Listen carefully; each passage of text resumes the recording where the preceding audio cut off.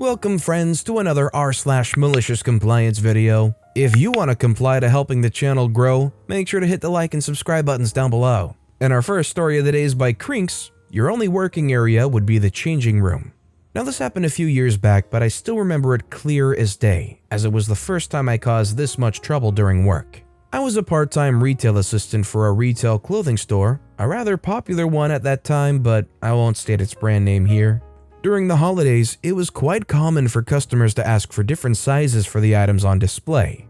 The usual protocol would be for me to call for someone to take the item, go to the cashier, and use the machine there to check whether the item had that particular size, or if any of the other local stores around this area had them. Note that there was a rule that there had to be someone working in the changing room at all times. As an employee that worked there for a month, I already knew that most of the time, no one really followed this rule as we were understaffed. So when someone asked for me to check for the size they wanted on the item, I would leave the changing room and take no more than a minute to check it. The customers didn't mind, nor did my other colleagues. The problem only came when HR came to do a sudden check the other day to ensure that we were working as per protocols. As luck had it, they saw me leaving the changing room whenever someone asked if an item had a particular size, and told my head manager that I was breaking the protocol literally every 5 minutes. My head manager was not happy. She paged for me and told me, "Your only working area would be the changing room. Do not move from that area." I couldn't even explain myself. Alright then. For the next few weeks or so, customers were not attended to because I could only answer, "Sorry, I can't check for you." This also meant that close to none of the customers were buying anything. Head manager didn't notice because she was always busy in the back room doing admin work and was never on the ground floor. Earnings report came for the month, and my god, there was only $2,000 plus worth of sales completed. This was 5 times lesser than the revenue we usually generated. We managed to get the best performing local store award from the bottom. The head manager was unable to explain herself and tried to compensate by hiring new employees. This didn't work since I couldn't leave my post, and none of the other employees dared to leave their post as well, which also meant none of them knew how to use the machines to check for sizes. They were all religiously folding and refolding clothes again to look useful, but no actual sales were being made. Well, it didn't come as a surprise when the head manager was fired, and HR decided that having an employee staying in the changing room at all times was a stupid rule as well. I don't know, was it meant to be like a loss prevention technique? You know, post up here, don't ever leave the changing room and nobody will ever feel comfortable enough to steal. Or if somebody in the changing room needs help, we need you there pronto. I think the biggest problem was just that they didn't hire enough people. Would you agree? Let me know in the comments down below. This next story is by the Sammy-ad, My Nan's Story. When my nan was at school, they had 2 lessons running at the same time. Half the class was learning laundry, the other half was doing baking. My nan was doing baking. She finished making her dumplings, then took them to the teacher and asked what she should do next. The teacher, without looking up, told my nan to stop bothering her and to put them in the washer.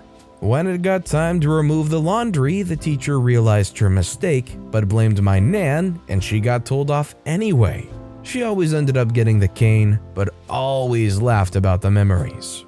Well, if you don't want dumplings in your laundry, don't tell me to put them in there. It's as simple as that. In my book, Nan did everything right, and they still got the cane for it. That ain't fair, that ain't right. Our next story is by Dramariga. No shorts allowed? No problem.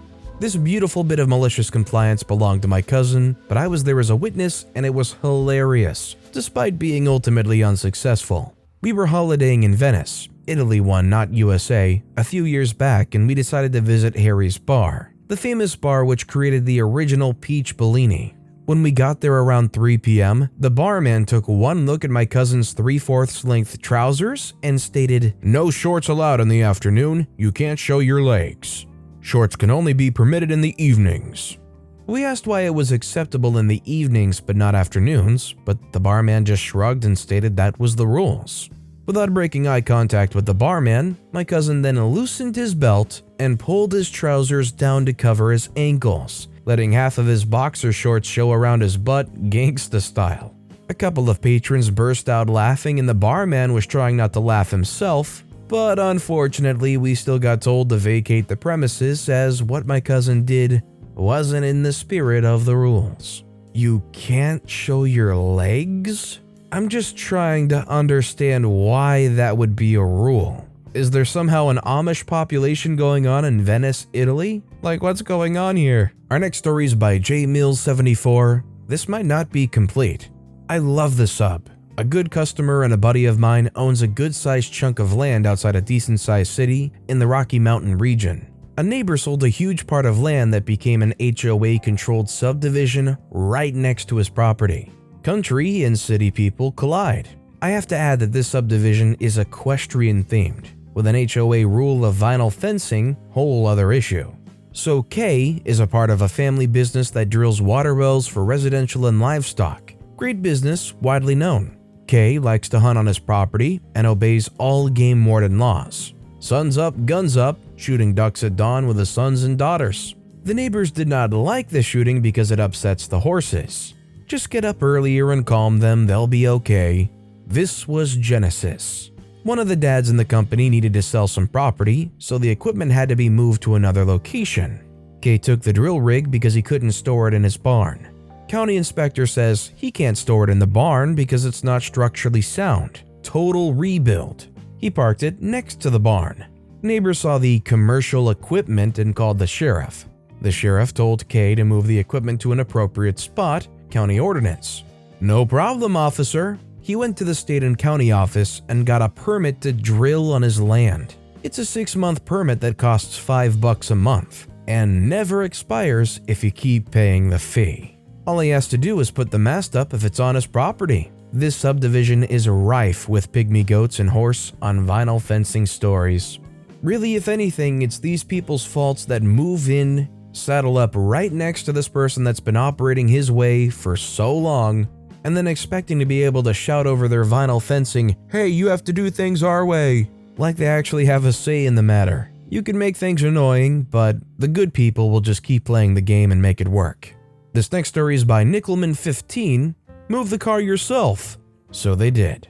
This is my dad's story. He used to work at a Texaco station, and in the winter, he and his coworkers would shovel out the lot by hand. One winter day, a guy came in and parked his car. He then got into his friend's car and went to leave. The manager, Mac, told him he couldn't park there and he had to move it. This knucklehead replied to the effect of, "You want it moved? Well, move it yourself," and promptly left. What he forgot was that, this being a service station, they had a wrecker. So, on Mac's orders, my dad and his coworker towed the vehicle across the road. Then, using the wrecker's push bar, they shoved the car as far as possible into the snowbank. Later, the guy returned and was looking for his car. Then he saw it. He said, "What happened to my car? How the heck am I supposed to get it out of there?" Mac replied, "Well, I can tow it out." "Really? You can?" "Yep. For $25. Well, I mean, the guy left after literally saying, "You want it moved? Move it yourself." In my book, that's clear consent that they asked for what happened. I just want to know if he paid the $25 or not. Maybe he had to wait for spring. Our next story is by NS816235, a memory of an old coworker.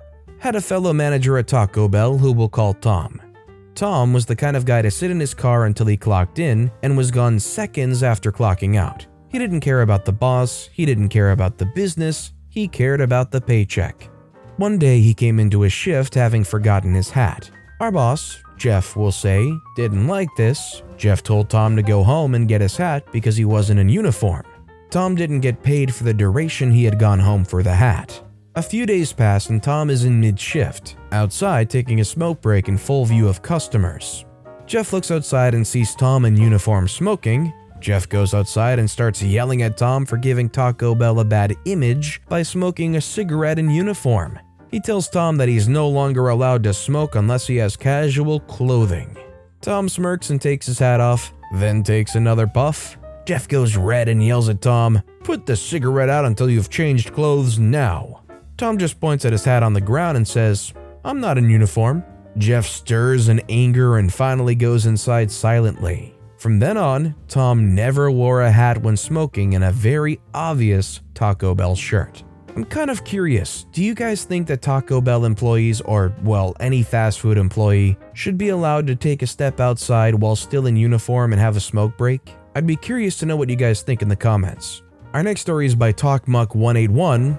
I was grounded from my bike. I've always been sort of a smart butt, and I've always liked to push buttons or poke the bear, as they say. This story's no different. It's worth noting when I learned to ride my very first bike, it wasn't my bike I learned to ride on. We didn't grow up wealthy, so I learned to ride on my sister's bike, and she was 4 years older than me.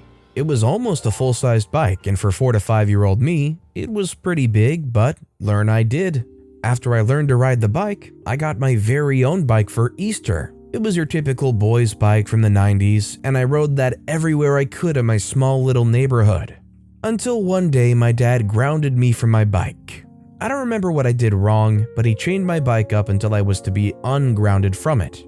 Now, because I rode that thing everywhere, I'm sure my dad's intention was I was supposed to be grounded and not allowed to go more than a house or two away. I took this as purely being grounded from my bike. So I naturally grabbed my sister's bike that she rarely rode and went to my friend's house on the other side of the block. Lo and behold, about 30 minutes later, while I'm playing with my friend, my sister shows up. "You're supposed to be grounded, Dad's real mad." Oh crap. You make Dad angry in our house, he was the disciplinarian. So I say goodbye, hop on the bike, and ride home. My dad looked at me and said, "OP, where were you? You were grounded from riding the bikes." To which I innocently responded, "I'm grounded from my bike. That's why it's got the chain on it, and I took sister's instead." My dad just looked at me in awe, looked at my bike, looked at my sister's, and just said, "You're now grounded from all bikes. Go inside." No big punishment, just my dad learning how much of a smart butt I really was and making sure to be a little more clear with future punishments. I still remember the look of disbelief on his face, but looking back, I don't think he was mad at all after he realized I learned how to work the system in my favor. You gotta love the old, "Well, you only said my insert item here, so I just used this one." Most of us probably had an experience kind of like this, at least I can think of a few myself. And our final story of the day is by Amaya Karama. Be careful what you say to maliciously compliant kids.